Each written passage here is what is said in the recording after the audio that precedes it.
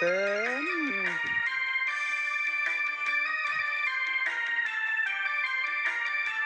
เมื่อท่านทั้งสองหมายปองเป็นคู่กันแล้วหวังเป็นผัวทิพย์เมียแก้วแน่แล้วเพื่อความสุขสันต์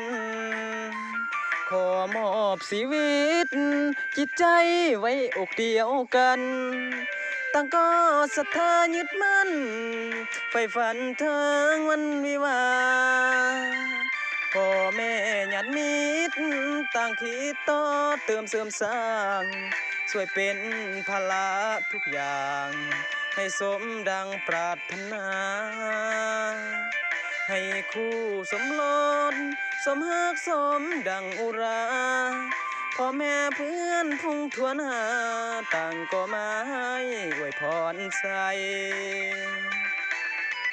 จงของฮักให้ยืนยาวมันอย่าแปรพันจนวันแก่เฒ่าลงไปทรัพย์สินเงินทองขอให้หนึ่งน้องหลั่งไหลแม้นเกิดเป็นลูกหญิงชาย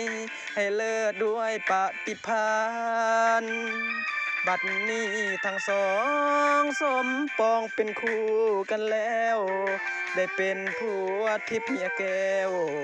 แน่แล้วก็ความสุขสันต์แม้นยามพังพลาดพี่ไป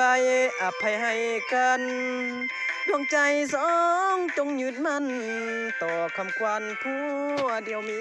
อันเดียวอ้าวเกี้ยวพี่น้องจวดจวดจาดมาลุดปัดอปิดอปิด